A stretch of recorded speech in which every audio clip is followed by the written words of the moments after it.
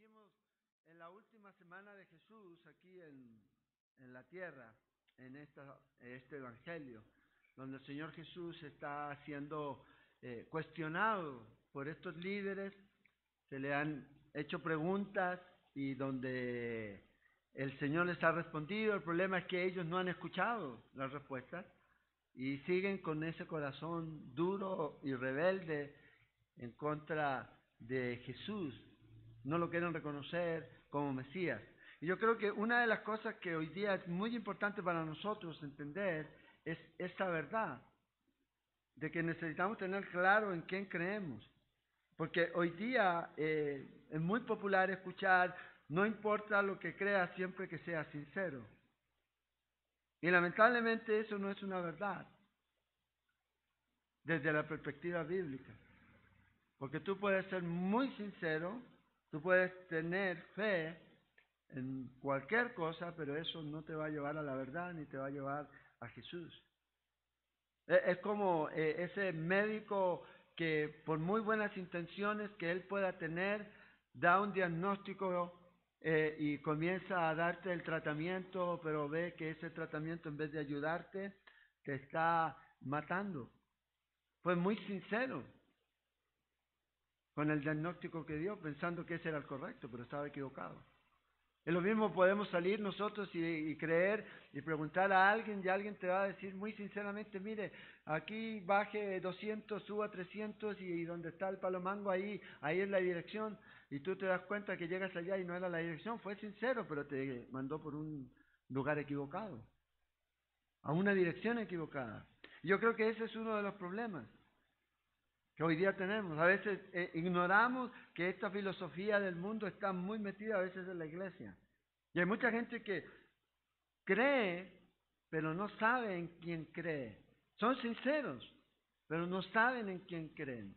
Y aquí es donde el Señor Jesús les va a hacer esta pregunta a estos hombres, para que ellos puedan entender y pasar, no solamente de tener una idea, sino de realmente reconocer a Jesús como el Señor. Nosotros podemos tener una idea de Jesús aquí en nuestra mente, pero mientras no esté aquí, en nuestro corazón, y se haga parte de nuestra vida, no vamos a llegar a ninguna parte. Nos vamos a encontrar con una sorpresa el día que abramos nuestros ojos después que partamos de este mundo. Y nos vamos a dar cuenta, wow, no es el lugar que yo había escogido. Estoy en el lugar equivocado. Por eso es importante saber quién es el Señor con lo que realmente Él dijo ser. Hoy día hay mucha gente que piensa eso. Cree en Jesús, pero en realidad no cree en lo que Jesús dijo que Él era. Y hoy día hay muchos cristianos que tienen una idea de Cristo equivocada acerca de Él, un buen maestro, un buen hombre. ¿Ya? Y lo quieren catalogar de cierta forma, pero no lo quieren reconocer como el Dios, la segunda persona de la Trinidad, y no solamente como un hombre. Y aquí el Señor les va a traer a estos hombres a esta pregunta aquí, que Él va a hacer, para que ellos reflexionen acerca de eso. Entonces, si tú eres sincero, pero necesitas más que sinceridad para hacer algo que sea verdad, o para llegar a la verdad, porque la verdad es Cristo Jesús, y usted y yo. No vamos a hacer algo, por muy sincero que sea, algo verdad, sabiendo que eso es equivocado. Los testigos de Jehová, los mormones o cualquier otro de ellos son sinceros, y usted los ve en las calles y haciendo proselitismo y haciendo todo ese tipo de cosas, y son sinceros, pero eso que ellos están enseñando no es verdad. Y por más sincero que sea, no lo van a volver en verdad. No lo pueden cambiar. Lo que tiene que cambiar es la perspectiva que ellos tienen. Entonces aquí el Señor Jesús en esta última semana, fíjense, comenzamos ahí en el capítulo 20 y hemos estado mirando acerca de que estos son los últimos días de Jesús.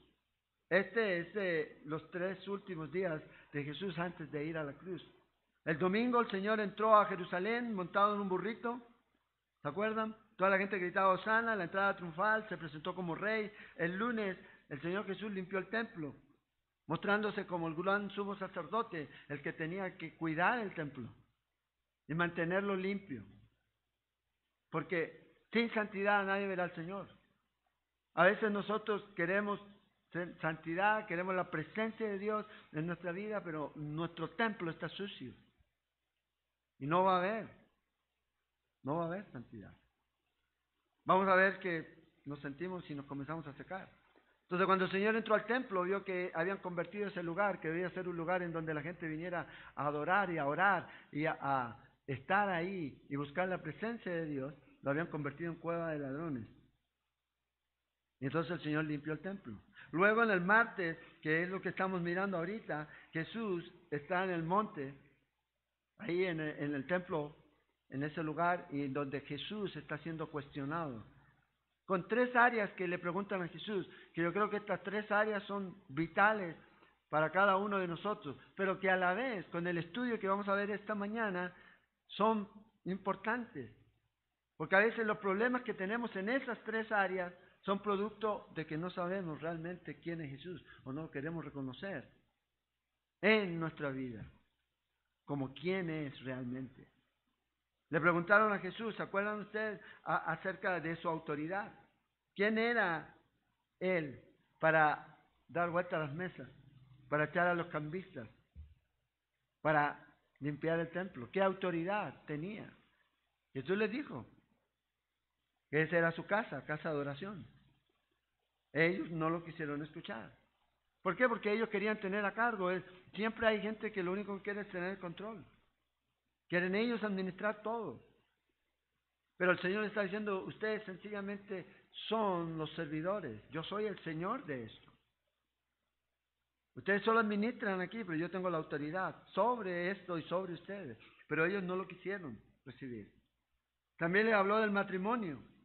La pregunta que ellos le hacen, ¿se acuerdan de esa mujer que se casó 7 veces? Y le preguntaron al Señor, bueno, Señor, ¿de quién va a ser mujer cuando llegue al cielo, en la resurrección? Y el Señor les dice que ellos ignorantes, les dice el Señor. ¿Ya? Hoy día la gente que habla de que tenemos que ser políticamente correctos no estaría de acuerdo con lo que Jesús dijo. Los trató de ignorantes a los religiosos. Y erráis porque ignoráis las Escrituras y el poder de Dios, les dijo el Señor. Y luego les dio la explicación a ellos. También miramos ahí acerca del impuesto. Dar a César lo que es del César. Le preguntaron acerca de si era lícito o no lícito dar. A veces nosotros siempre estamos viendo eso, si es legal o no es legal. A veces puede ser legal, pero no es moral. Y uno debe tener cuidado en eso. A lo mejor esta gente que recibe grandes pensiones es legal, pero no es moral lo que están haciendo. Y deberían desistir de eso. Aquí el Señor les dice, hey, tienen que dar esto sin dejar de hacer lo otro. A César lo que es del César. Paguen los impuestos. Pero también a Dios lo que es de Dios. Dé lo que tenga que dar a Dios. Ese debe ser el balance. Y todas estas preguntas tenían un propósito. ¿Cuál era el propósito? Entrampar a Jesús. Ponerlo en una posición en donde él mismo se descalificara. Y pudieran ellos acusarlo y decir, vea, este hombre no es el Mesías. Pero sabemos que ninguna de estas cosas resultó contra Jesús. Dio la respuesta clara y precisa de lo que ellos estaban haciendo que no era correcto. La interpretación que ellos tenían de lo que ellos estaban tratando de hacer no era la correcta. Entonces, siempre ellos querían tener el cargo o la responsabilidad. Ellos querían ser los líderes. No querían someterse a la autoridad de Dios.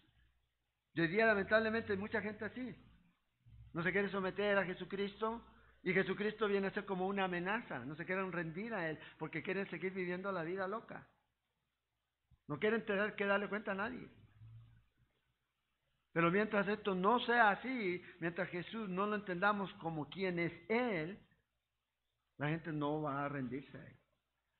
Y siempre lo va a ver como un accesorio y no como mi vida.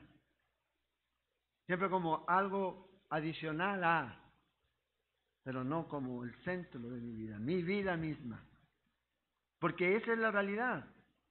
Tú puedes tener todo lo demás, pero si no tienes a Jesús, no tienes nada.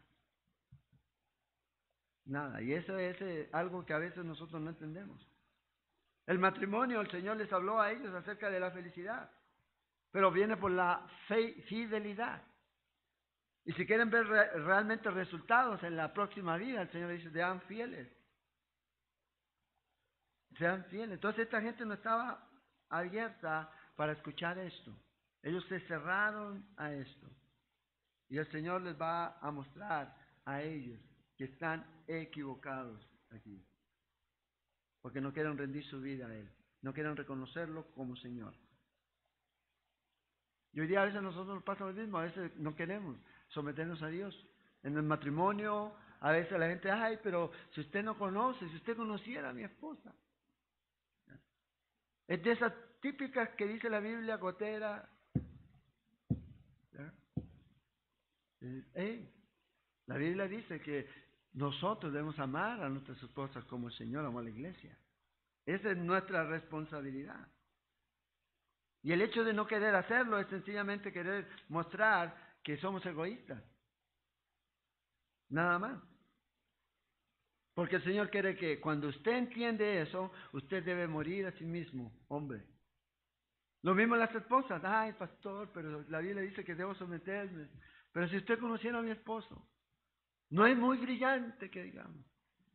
Me cuesta someterme a él. Porque cada decisión que ha tomado, ahí estamos. Y el Señor dice, bueno, sométete a mí. Sométase al Señor. Y va a poder cumplir esto. Entonces, el problema es ese. En estas áreas hoy día, tanto en los recursos, tanto en el matrimonio, tanto en la autoridad, el no entender quién dijo Jesús que era y creerlo. Y ahí es donde usted debe tenerlo claro. Realmente no creemos que Jesús, quien dijo quién era, no lo creemos. Jesús dijo que Él era Dios y vamos a ver eso ahora. Pero como no lo creemos, entonces podemos dudar, podemos poder tratar a lo mejor de debatir acerca de ciertas cosas que Él manda en su palabra, porque no creemos esto. No creemos quién era Jesús, quién dijo que Él era, sino sencillamente tenemos una idea de Él, que está aquí, pero no aquí. En Hebreos, en el capítulo 3, del versículo 7 al 19, el escritor de Hebreos habla aquí del problema del pueblo de Israel. Ellos sabían, conocían al Señor, habían visto lo que Dios había hecho. Y por eso el escritor dice que el Espíritu Santo dice acerca de ellos. Oigan su voz. Y el problema con ellos era que su corazón se había endurecido. Ellos vieron todo lo que el Señor hizo. Ellos vieron cómo el Señor los sacó de Egipto, ellos vieron cómo el Señor abrió el mar, ellos vieron cómo Dios proveyó, ellos vieron cómo Dios trajo agua, sacó agua de la roca, ellos vieron todo eso. Pero aún así nos dice aquí que ellos nunca entraron en el descanso del Señor, en el reposo del Señor. Y la razón nos da aquí en este pasaje de Hebreos son tres. Una nos dice en el versículo 8 que ellos endurecieron su corazón. Endurecimiento de corazón. Cuando somos duros de corazón, va a ser muy difícil que Dios pueda guiarnos. Va a ser muy difícil que Dios pueda darnos dirección. ¿Por qué? Porque somos duros. Una persona dura es una persona que está siempre dudando. Una persona que es dura es una persona que está siempre quejándose. Entonces el primer problema aquí de su incredulidad es producto de que su corazón se puso duro. Pero también nos dice en el versículo 15 que al producirse esta dureza en su corazón, trajo consigo rebelión. Se rebelaron en contra de Dios. Y eso los llevó a algo más, nos dice el versículo 18, a desobediencia. Dureza de corazón, incredulidad, dureza de corazón, rebelión es igual a desobediencia. Allá vamos a terminar siendo desobedientes. ¿Y cuál es el problema? Es que no vamos a entrar al descanso de Dios. No vamos a entrar. Y aquí es donde el pueblo de Israel estaba. Estuvieron a punto, pero por su dureza de corazón no experimentaron el descanso de Dios. Dijo, esta generación va a morir. Viendo a Dios, todo lo que Dios hizo, no creyeron. Incredulidad. Y a veces a nosotros nos puede pasar lo mismo, podemos tener una idea de Dios. ¿Cuándo nos podemos dar cuenta de que realmente a lo mejor estamos en esa línea, a lo mejor entre incredulidad y creer? Pregúntese esto usted. ¿Está rindiéndose completamente a Él? Porque si no está rindiéndose completamente a Él, entonces hay algo de incredulidad en usted. Porque una de las razones por las que la gente no se rinde a Él es porque no le cree a Él. Y quiere solucionar los propios problemas que tiene a su manera y no confiando en Dios. Entonces aquí el Señor, en el versículo 41, donde estamos, de Lucas 20, les va a cuestionar, les va a hacer esta pregunta a estos líderes religiosos y los va a llevar a una posición en donde no van a tener salida y no van a dar respuesta. Entonces Jesús contestó todas sus preguntas y ahora el Señor les dice, bueno, ahora yo les quiero hacer una pregunta a ustedes. Imagina usted que un día de esto Jesús venga y te quiero hacer una pregunta. Bueno, ellos están ahí, en este punto. Quiero ver qué es lo que tienen que decir con respecto a lo que les voy a preguntar. Fíjese, versículo 41. Entonces Él les dijo, ¿cómo dicen que el Cristo es hijo de David? Pues el mismo David dice en el libro de los Salmos, dijo el Señor a mi Señor, siéntate a mi diestra, hasta que ponga a tus enemigos por estrado de tus pies. David pues le llama Señor. ¿Cómo entonces es su hijo? Entonces esta es la pregunta y el Señor Jesús tomó esta pregunta del libro de Salmos, en el capítulo 110. Ahí el Señor está citando este salmo. Este salmo es un salmo mesiánico, es un salmo que habla del Mesías. Y los fariseos sabían eso, porque ellos conocían las Escrituras. Por eso Él les dice aquí, ¿cómo dice que el Cristo? Ellos sabían lo que decía ahí, porque los que más conocimiento tenían de las Escrituras, porque vivían para estudiar, para leer, para aprender las Escrituras, eran los fariseos.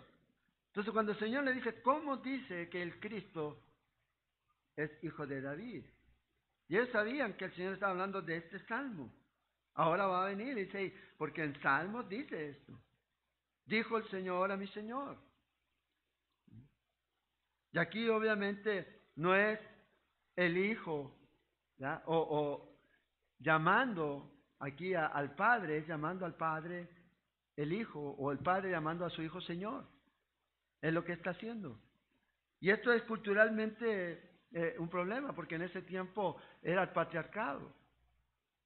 El padre, el líder de la familia, nunca iba a llamar a un hijo, ni a un nieto, ni a un tataranieto, ni a un tataranieto, porque podían llegar a eso, Señor. Siempre eran ellos los que llamaban, Señor, Señor. Y aquí el Señor les hace esta pregunta, bueno, entonces, si ustedes comprenden quién es el Mesías, si dicen que el Mesías es descendiente o debe descender de David, ¿qué significa esto? Que David llame a su hijo o a su descendiente Señor. Todos sabemos, de acuerdo a lo que dice la Escritura, que David, o de la línea de David, iba a venir el Mesías. Romanos capítulo 1, versículo 4 nos dice eso. De la línea de David iba a venir el Mesías. Y aquí el Señor les dice, bueno, si el Mesías es el hijo de David, entonces ¿por qué lo llama Señor? ¿Cómo puede ser el Mesías entonces descendiente de David? Esa es la pregunta aquí. Si David lo está llamando hijo, hay un problema aquí que es cultural. Entonces, para nosotros es importante entender que cada uno de los nombres del Señor, porque a veces nosotros tenemos el asunto de que, así como yo me llamo José Carrasco, usted piensa que Jesús es Jesús Cristo, Jesús y su apellido, Cristo. No, pero cada uno de estos identifican un aspecto de la vida de Jesús, de su misión, de su oficio aquí en este mundo y de lo que Él vino a hacer y de la autoridad que tiene. Por ejemplo, cuando hablamos de Señor, cuando se refiere Señor a Jesús, este es un título de autoridad, no es un nombre. Él es la autoridad suprema sobre el universo. El Señor. El Señor. Cuando hablamos de Jesús, estamos hablando de que Él es salvación, porque es la transliteración del nombre Josué. Jehová es salvación. En Mateo 1:21 dice que Él salvará a su pueblo de sus pecados. Y esto es lo que Él vino a hacer. Jehová es salvación o Jehová salva. Entonces, el primero habla de autoridad. El segundo habla de lo que Él vino a hacer. Vino a salvar. Vino a salvar. Y Cristo es referencia al Mesías o el ungido. El Cristo, el ungido. Entonces, estos tres, si usted los pone juntos, esta es la idea que nos da a usted y a mí. Y yo creo que este es el problema que existe hoy día con mucha gente. Estos nombres nos dicen que Él es el ungido y que Él tiene el poder de salvar, porque a Él se le ha dado toda autoridad sobre este universo. Él tiene ese poder. Entonces, Él es el ungido que viene y va a salvar y tiene toda la autoridad dada por Dios. Y aquí el Señor Jesús les está llamando a ellos la atención en este punto. Ellos están ignorando eso como judíos. Por eso un judío hoy día no va a recibir, o en ese tiempo y hoy día es lo mismo, no iban a recibir y nunca iban a creer que el Mesías iba a ser Dios, sino que ellos dicen que solamente hombre. Y ese es el problema que ellos tienen. Y si usted le pregunta hoy día a un judío, le dice, bueno, ¿cómo tú vas a reconocer al Mesías? Bueno, ellos dicen, de acuerdo a lo que dice Zacarías, es que Él va a construirnos el templo. Un hombre, pero no Dios. Entonces, aquí está esta gente enfrentándose a esta pregunta. ¿Quién es Él? Y lo mismo es para nosotros. Porque la respuesta que usted dé a esto va a cambiar su estilo de vida. Va a cambiar su vida. Porque si usted solamente dice que Jesús es hombre y no es totalmente Dios, no es 100% Dios. Hay algunas iglesias que dicen que Jesús es 50 y 50. Iglesias cristianas. ¿No? Iglesias cristianas. Jesús es 100% Dios, 100% hombre. Tiene toda la autoridad, tiene todo el poder, pero a la vez viene de David, pero a la vez también es el Señor de David. Por eso David podía llamarlo de esta forma. Y esta es la doctrina que muchas veces se descuida. Y en la iglesia a veces no se enseña esto. La deidad de Cristo. Tenemos la doctrina de la Trinidad y tenemos esta doctrina de la deidad de Cristo. La deidad de Cristo es que la segunda persona de la Trinidad, ¿ya?, es Dios, pero también es hombre. Y esto es lo que el Señor Jesucristo los quiere llevar a ellos. Que Él es Dios y hombre. Se despojó, como dice Filipenses, de su gloria. Ahora, ¿cómo nosotros podemos ver esto? Por medio de las Escrituras. Yo te voy a mostrar aquí y te voy a dar algunas citas que están aquí en la Biblia, que nos hablan tanto de su humanidad, pero también de su divinidad, para que usted pueda estar claro de que usted cree que Jesús es Dios, pero también es hombre. Y este es el mediador entre Dios y los hombres. Jesucristo, hombre, no hay otro, no hay de otra manera. Se despojó, se sacó su gloria de alguna forma, vino a este mundo, se humilló y murió por nosotros. Resucitó y ahora nosotros podemos creer y tener la seguridad de que tenemos vida eterna. ¿Pero por qué? No era porque solo era un hombre, era Dios. En Génesis 3:15, desde ese día se da la primera promesa de la venida del Mesías. Cuando dice que de la simiente de la mujer, en singular, no de la simiente, vendría el que le pondría el pie a la serpiente. ¿Ya? a la serpiente es Cristo. Y luego podemos ver eso hecho realidad, ¿ya?, de una forma práctica cuando Jesús sacrifica un cordero para tapar la desnudez de Adán y Eva, un animal inocente, un cordero. Y después podemos ver eso en el libro de Génesis, siguiendo ahí en Génesis, en el capítulo 19, cuando el Señor le pide a Abraham que sacrifique a su hijo Isaac.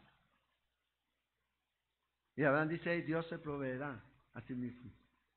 2000 años después, Dios proveyó, Él mismo, en ese mismo monte, muriendo en una cruz. 100% hombre, 100% Dios. Ahora fíjense en el libro de Isaías, en el capítulo 9, en versículo 6, nos dice, porque un niño nos es nacido. Habla de su humanidad. Pero también nos dice aquí que este niño que nos es nacido, dice que es Dios fuerte. Habla de que es Dios fuerte, habla de su divinidad. Dice uno de los nombres es Dios fuerte. Usted no puede llamar, yo sé que hay algunos hoy día que se llaman, ¿ya?, Dios o Jesús, ¿ya? En ese tiempo, si fuéramos ahora nosotros, en ese tiempo nadie le iba a poner a un niño Yahvé o Jehová, ¿ya?, por lo que representaba ese nombre de Dios. Pero aquí nos dice que uno de sus nombres es Dios fuerte, príncipe de paz, Dios eterno, admirable, consejero. Entonces ve aquí su humanidad, pero también su divinidad. En Zacarías 12, el versículo 10, nos dice que mirarán a mí. Ahora, ese mí que está mencionado ahí, si usted lee el versículo 4 del capítulo 12 de Zacarías, es Jehová hablando. Es Jehová hablando, si usted sigue el contexto ahí. Y Jehová está diciendo, me mirarán a mí. ¿A quién traspasaron? Entonces, si usted dice, bueno, Jehová es referencia al Padre, bueno, pregúntese en qué momento de la historia el Padre fue traspasado. ¿En qué momento de la historia Jehová fue traspasado? No hay. No hay. Entonces, ¿quién es el que está hablando aquí? Es Jesús. ¿Y por qué Jesús se llama Jehová? Porque también Él es Dios. Porque a veces nosotros pensamos que solamente hay uno llamado Jehová. No, lea Génesis 19, versículo 24. Dice que Jehová envió fuego de parte de Jehová. Do Jehová. Claro, para nosotros no hay problema porque nosotros creemos en la Trinidad. El Padre, el Hijo y el Espíritu Santo. Estos tres son el único y verdadero Dios. No use la palabra manifestación. Es la persona, son tres. Un solo Dios. No tres personas, un Dios. Y es lo que nosotros podemos ver. Los modalistas, los que creen que son diferentes formas, pero no creen en la Trinidad, usan la palabra manifestar. Es una manifestación de.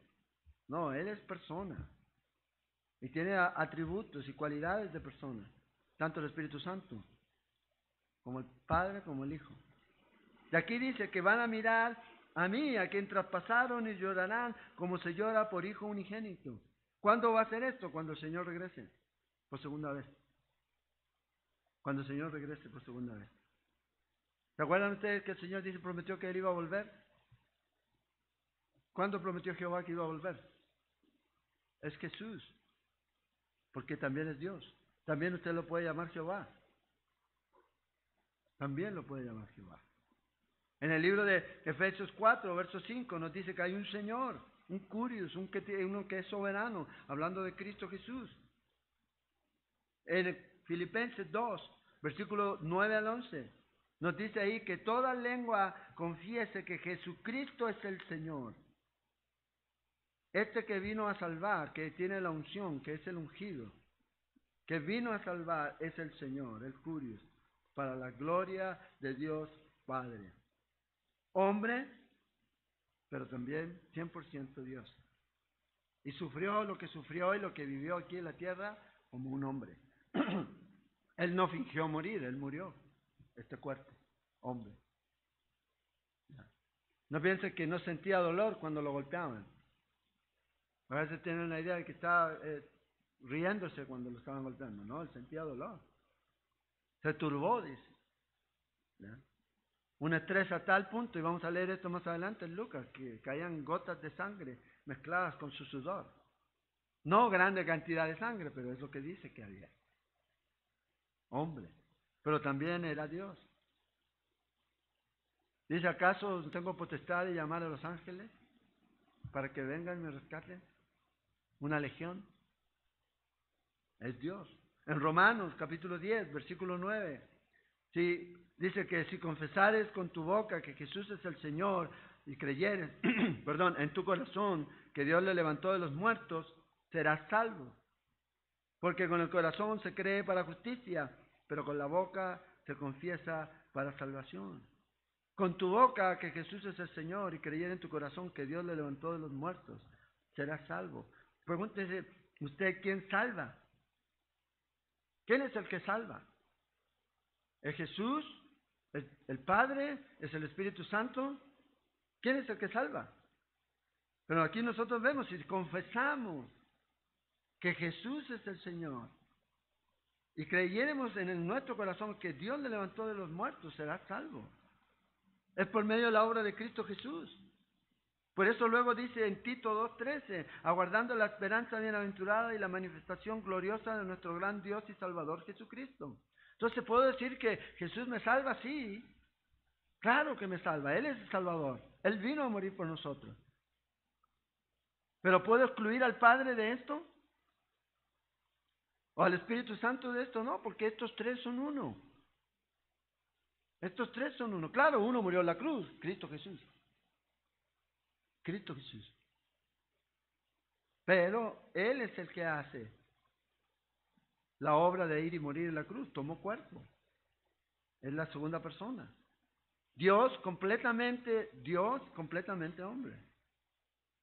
Vea, si usted y yo no entendemos esto, si usted y yo negamos la divinidad de Cristo Jesús, si pensamos a dudar en esto, tenemos serios problemas. Los testigos de Jehová creen que Jesús es un arcángel. Los mormones creen que Jesús es el hermano de Lucifer y que se echaron un volado, tiraron una moneda arriba para ver quién venía a redimir el mundo y Satanás perdió porque también quería venir. Dice, ay, los mormones, esos que andan con camisita blanca y de ojos azules y blancos, muy lindos. Sí, creen eso, pregúnteles. A lo mejor es, eso no lo sabía, eso se ve en las terceras, pero es lo que creen. Si usted vino al seminario, al taller que se hizo de los mormones, eso es lo que creen. Creen que van a ser dioses, creen que van a tener un mundo por ahí, y las mujeres que tengan, perdón, y las mujeres que tengan van a estar embarazadas por toda la eternidad. Las mujeres ahí, si quieren mormones.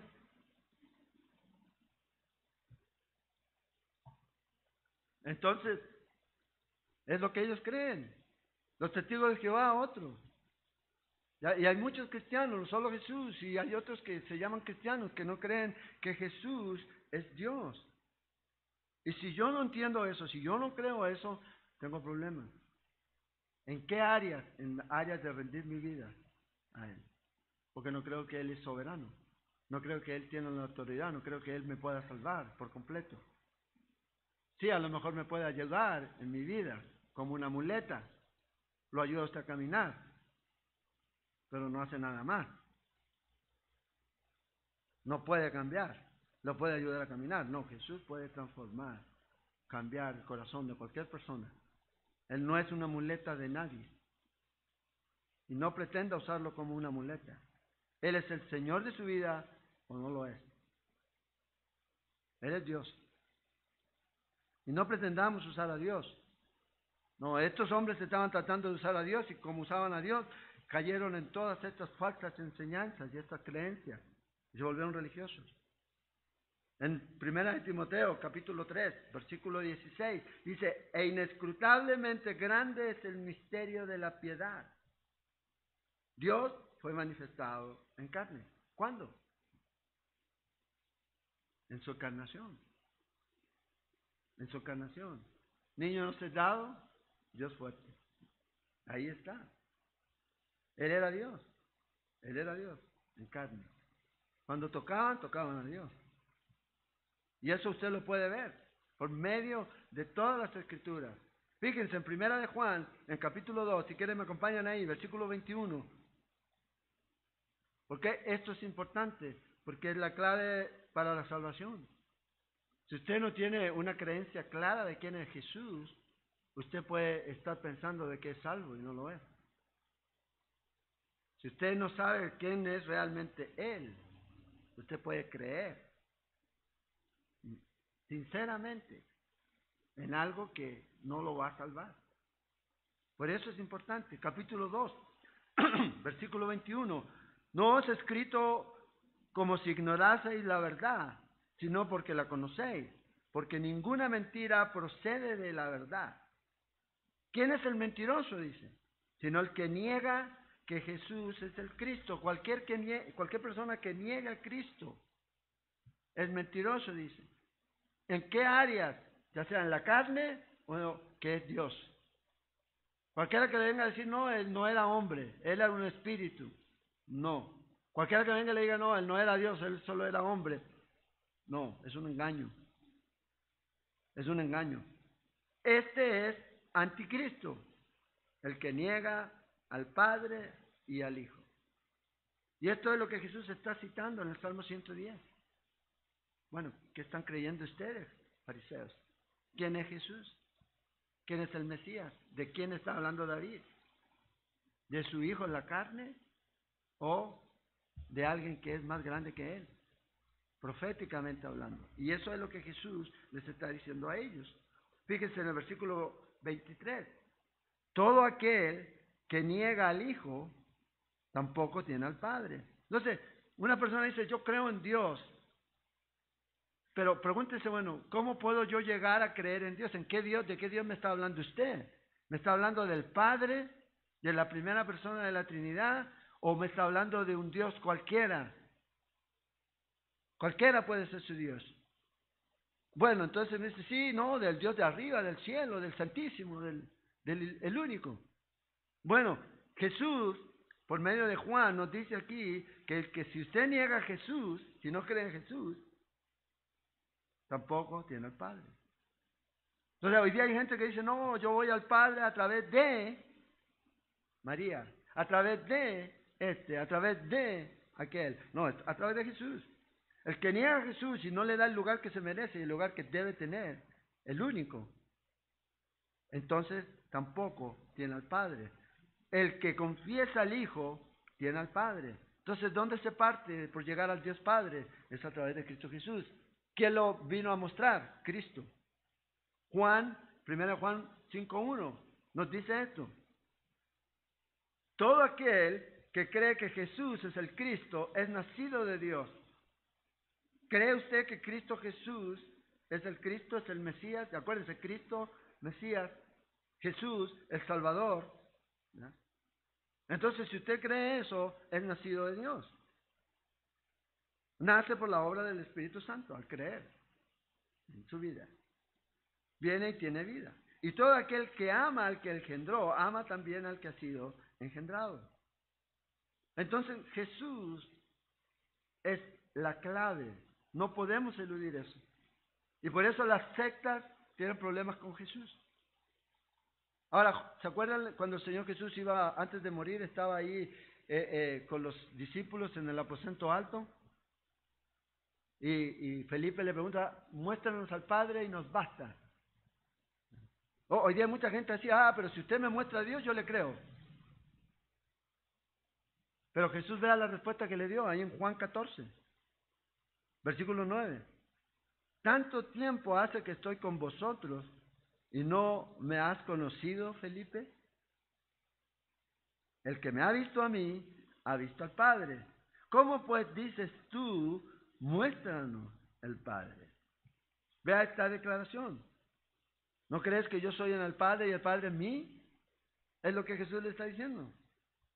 ¿No crees que las palabras que yo hablo son las palabras del Padre? ¿No crees que lo que yo he hecho son las obras que el Padre haría? esa es la declaración. Y es lo que Jesús está diciendo. Todo lo que me has visto hacer a mí es lo que el Padre haría, es lo que el Padre hace. Exactamente. Entonces, borrémonos de nuestra mente esa idea de que el Dios del Antiguo Testamento es un Dios diferente. Tenemos una revelación que es progresiva. Y en el Nuevo Testamento está clara, está nítida, y es Jesús. Entonces, cuando usted vea a Jesús actuando en amor, en misericordia, en compasión, perdonando, sanando, proveyendo y haciendo todo lo que Él hizo, eso es lo que el Padre hace. Y todo lo que usted ve a ver de Jesús es viendo al Padre. Exactamente lo mismo. Entonces no hay una diferencia entre el Dios del Antiguo y el Dios del Nuevo Testamento. Es el mismo. Es el mismo. Acuérdense, la Biblia dice que a Dios no lo ha visto nadie. Juan 1:18 nos dice que no lo ha visto nadie, pero ha sido manifestado, ha sido revelado a través del unigénito Hijo de Dios, que es Cristo Jesús. En Éxodo 33, verso 20, Moisés le pide a Dios: Señor, quiero ver tu gloria. No vas a poder ver mi gloria, le dice. No vas a poder ver mi rostro, porque no hay hombre que vea mi rostro y viva. Entonces, ¿qué está diciendo Jesús? Jesús dice: el que me ha visto a mí, ha visto al Padre. ¿Dónde estaba la gloria? Cubierta en este cuerpo, en su cuerpo. Por eso los discípulos podían ver en su cuerpo humano. Entonces, esta es la revelación. Ahora, si usted, y yo tengo esta convicción, si usted, cualquier persona que no es cristiana, un día de estos va a un barco y naufraga por ahí, ¿ya? Y queda en una isla allí, cualquier isla, ¿ya? Solo, como dije en la mañana, sin Wilson, solo, ¿ya? Pero con una Biblia, ningún libro, ningún comentario, ni una Biblia, ni un iPad, ni un teléfono, nada, solo una Biblia. Si la comienza a leer, comienza a estudiar, comienza a mirar la Biblia, en los evangelios, usted va a llegar a algo muy claro. Usted y cualquier persona no va a terminar nunca convirtiéndose ni en un católico, ni en un bautista, ni en alguien de ciencia cristiana, ni en mormón, ni testigo de Jehová. ¿En qué se va a convertir? ¿En qué va a terminar siendo? Un cristiano. Uno que sigue a Cristo Jesús. Es lo que va a hacer. Ninguna persona que lee la Biblia honestamente, con una mente abierta, va a creer o se va a volver testigo de Jehová, o se va a creer mormón, o se va a convertir en mormón. ¿Ya? Nada de eso. Cuando usted lee la Biblia, usted va a ver clara y nítidamente a Dios revelado aquí a través de Cristo Jesús. Es lo que va a mirar. Y esto es lo que estos líderes religiosos no hicieron. Usted ve a Jesús haciendo lo mismo que Dios haría. Exactamente. Exactamente. Ahora, ¿cómo Jesús puede hacer lo mismo que Dios haría? ¿Cómo lo explica usted? Porque Jesús es Dios. No puede hacer. No puede hacer. Ahora, la gente me dice: ay, pero pastor, pero la Biblia dice que Él nos dice que nosotros vamos a hacer mayores cosas que las que Él hizo. Pregúntese, ¿qué es lo que Jesús hizo? ¿Hay alguno de nosotros que va a ir a la cruz y morir? ¿Y resucitar al tercer día? ¿Cuántos muertos usted ha levantado? ¿Cuántos brazos usted ha creado?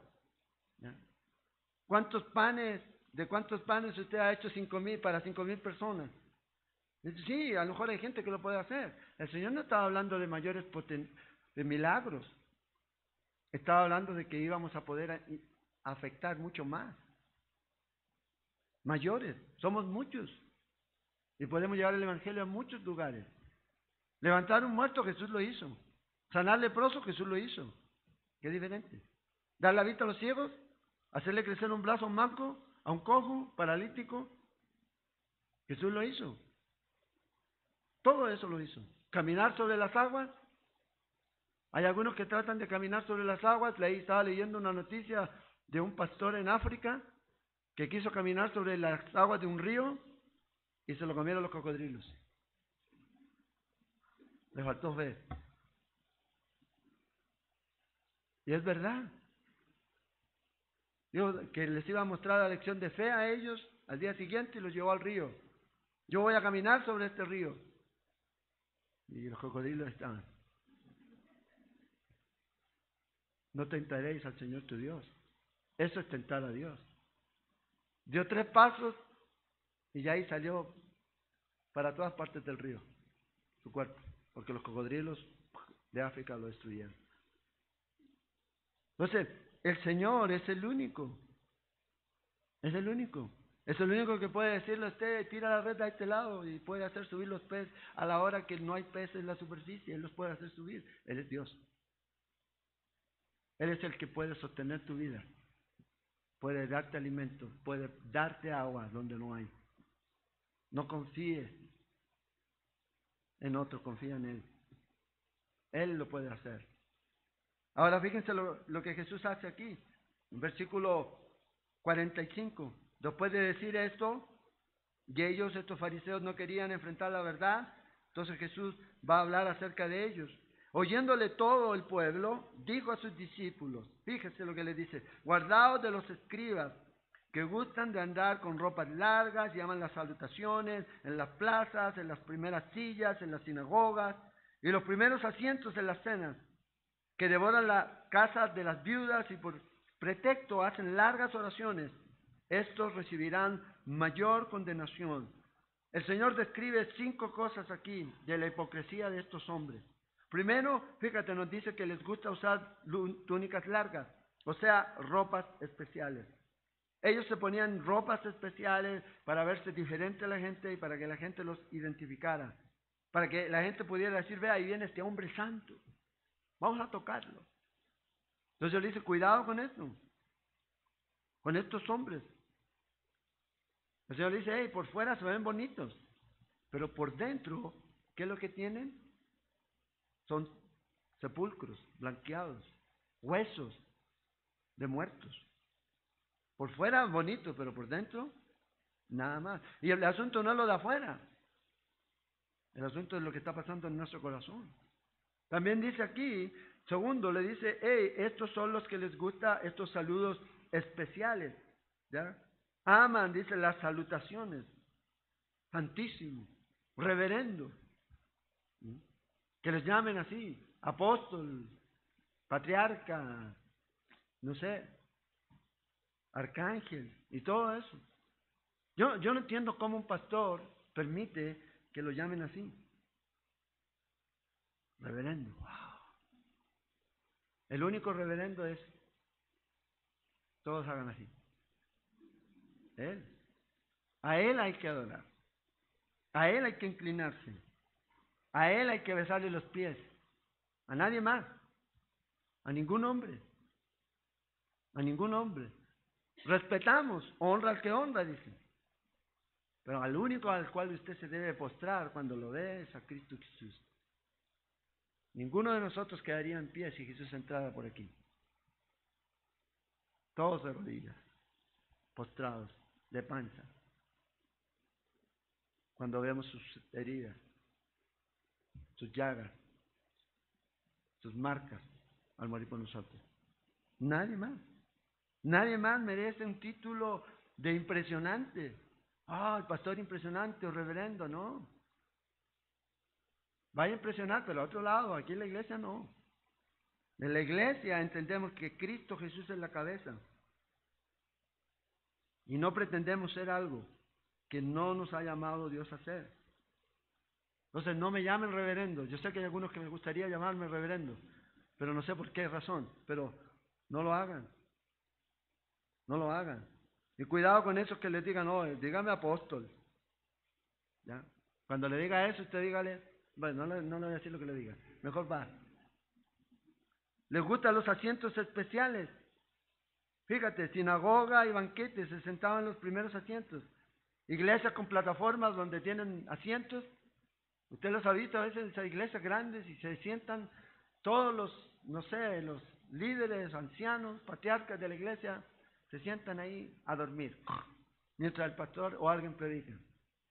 ¿Los ha visto usted? Hay gente que le gusta eso. Ay, páseme ahí al frente, pastor. Yo le dije en la mañana, se pueden sentar aquí en esta caja que tengo aquí, si quiere. Pero si la sabe tocar, si no la sabe tocar, se queda ahí. Asientos en las primeras, y les gusta eso, les gusta que les llamen, les gusta que, wow, siéntese aquí. Mire, pastor, aquí está este churrasquito que lo traje, rico. Ay, a esta hora no hablemos de comida. Toman ventaja de las viudas, fíjate. El único propósito con el cual ellos iban a esos lugares donde las personas habían perdido un ser querido, en este caso las viudas habían perdido a su esposo, era para conseguir algo. El momento más vulnerable, conseguir algo. Ah, mire, yo creo que déjeme su casa, firme aquí. Y se robaban la gente. Entonces el Señor dice, cuidado con eso. Y luego les gusta hacer oraciones largas. Pero estas oraciones largas las hacen frente a la gente. Se paraban así y levantaban los brazos, que era una práctica de ellos, pero donde todos los escuchaban. El problema es que esa oración probablemente nunca llegó más allá del techo. ¿Para qué? Para que la gente diga, oh, qué tremendo orador. Oraciones, en lugar de dirigirlas a Dios. En Mateo 6 el Señor habló acerca de eso, de las oraciones y todo eso. Entonces, todos estos hombres, el Señor dice, ustedes se ven bien por fuera, pero por dentro, ustedes están terribles. Y van a tener que dar cuenta de Dios por eso. Hebreos 4, 2 y 13 nos dice que el Señor va a tomar cuenta, va a pedir cuenta de cada uno de nosotros, de lo que hemos hecho. Cada uno va a tener que dar cuenta. Lo importante es que esta descripción que da aquí no describa nuestra vida ahorita.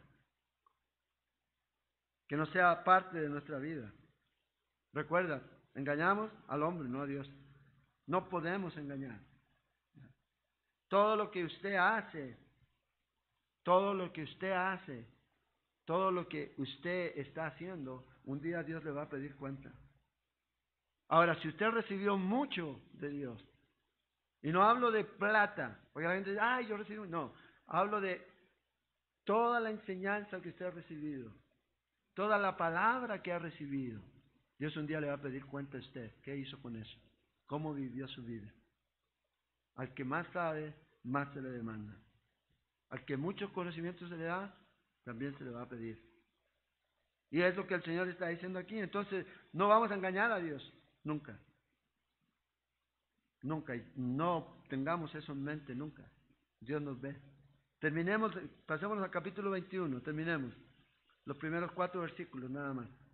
Aprender ahí 4 lecciones que hay aquí en esta parte. Porque el Señor va a ilustrar lo que Él ve en el corazón del hombre, en esta sección, aquí.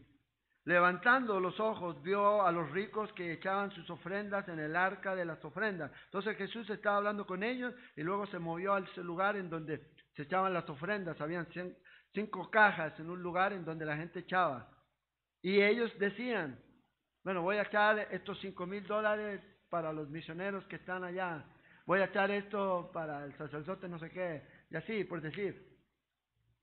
Y cada uno llegaba ahí. Y fíjate lo que el Señor va a decir aquí, que venían estas personas aquí a echar y vio también a una viuda, y puedes subrayar eso en tu Biblia, vio, ¿a quién vio? A una viuda humilde, pues prestó atención de ella, muy pobre dice, muy pobre, que echaba allí 2 blancas no eran ni 50 centavos de dólar en este tiempo, ¿se imaginan? Y dijo, en verdad os digo, que esta viuda pobre echó más que todos, no más que algunos, dice, fíjate, más que todos, porque todos aquellos echaron para las ofrendas de Dios de lo que les sobra. ¿Te fijas que darle a Dios no es la cantidad? Porque a lo mejor estás dando un montón y estás dándole las obras a Dios. Y Dios no quiere eso. Dios no quiere eso, sino que al contrario, Dios quiere que nosotros demos con nuestro corazón realmente a Él. Mas esta, dice de la viuda, de su pobreza echó todo el sustento que tenía. Entonces Jesús ve aquí todo esto y fíjate a esta mujer que dio este poquito de dinero. 4 cosas y terminamos. Primero, lección que podemos aprender aquí es que Jesús observa las cosas que hacen aquí en la tierra, sin importar cuán pequeñas puedan ser. Lo que tú estás haciendo, el Señor está mirando.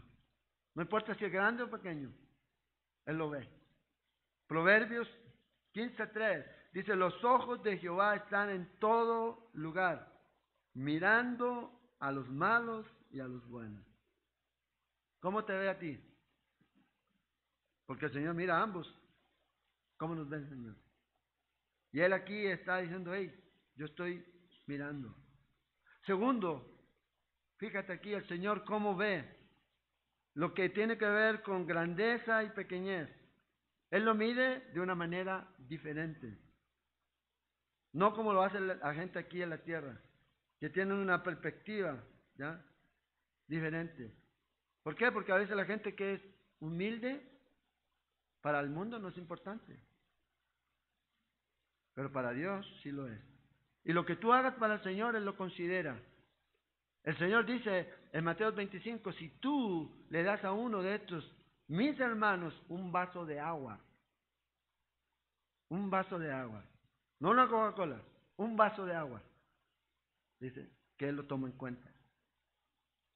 Y obviamente que Él le negaría a alguien un vaso de agua. Eso quiere decir que hay gente que le niega un vaso de agua a alguien. Y a lo mejor no está hablando literalmente de un vasito de agua. A lo mejor hay otras cosas. Y el mundo ve todo esto de una manera diferente. Acciones y actitud. Vea la actitud de la mujer y la acción. Una buena actitud, pero una acción muy humilde. Pero Dios la considera. El mundo la diría, no sé. Vea, voy donde este que está echando 2 kilos de oro. 100 monedas de oro. 100 monedas de plata. Y eso dice, no. Entonces dice, en esta mujer dio más que todos estos. Entonces Dios considera tus actos, seas rico, seas pobre. No pienses que lo mío es muy poco. Y también si estás pensando de que tú le estás haciendo un favor a Dios, al dar, tú estás equivocado. Dios no bendiga el dinero de nadie. Dios no está ahí a la puerta. Y ningún pastor debiera estar así. Porque Él es el que puede proveer. Cuando damos es beneficio para nosotros. No para Dios. Dios no necesita. Dios puede proveer. A veces, si usted piensa de que usted puede sostener este lugar, usted está equivocado. Con sus recursos. Dios es el que lo hace. Sí, Dios pone en nosotros tanto el querer como el hacer. Pero el asunto del beneficio real para usted y para mí es cuando yo doy con un verdadero corazón, con una actitud correcta.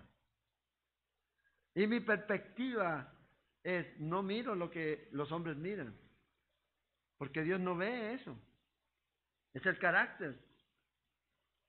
Los hombres ven lo que usted tiene, Dios ve su carácter, cómo usted está dando.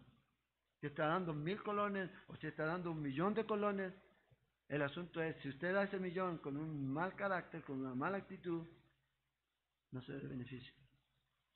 No va a ser tesoro de los cielos.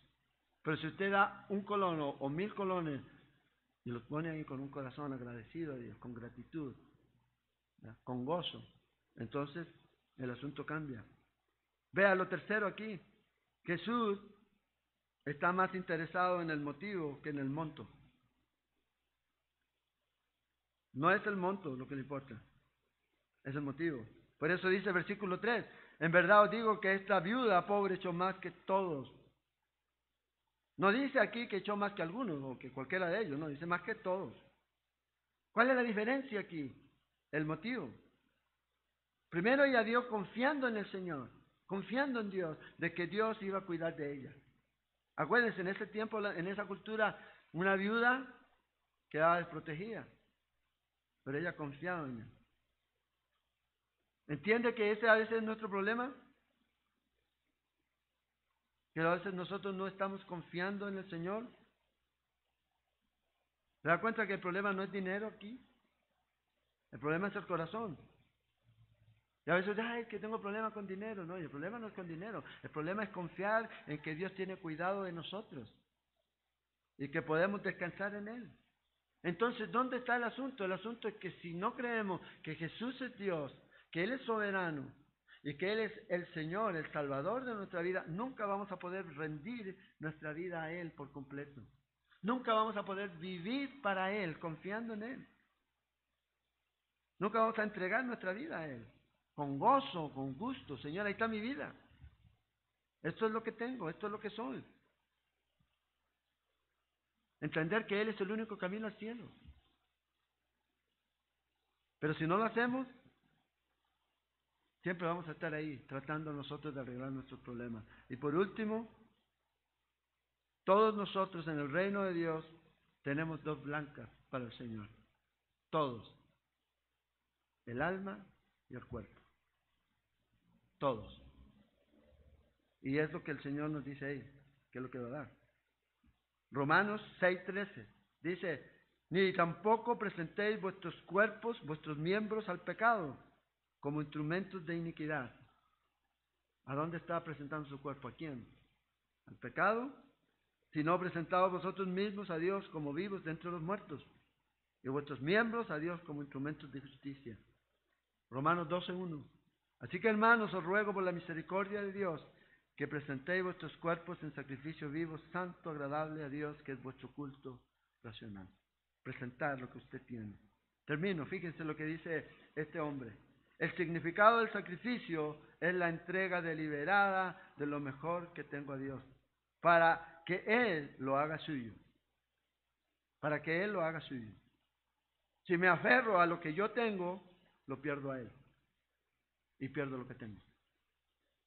Lo entrego. El problema es ese. Si usted se aferra a lo que usted tiene, no lo da al Señor, cualquier cosa. A veces la gente tiene problemas con su agenda, con su tiempo. Y lo disfrazamos de esta palabra, responsabilidad. Tengo mucha responsabilidad. Si esa responsabilidad te quita de servir al Señor, entonces parece que esa responsabilidad no es lo que Dios quiere para nosotros. Despojémonos pues de todo peso que nos asedie para seguir a Cristo. A veces tenemos situaciones en nuestra vida, responsabilidad, y decimos, sí, usted es responsable, sí, pero aún así usted puede servir, aún así lo puede hacer. Esta vida es dada por Dios, no para vivirla como yo quiera, es vivirla para Él y como Él quiere. Pero siempre seguimos tratando de vivir la vida para mí.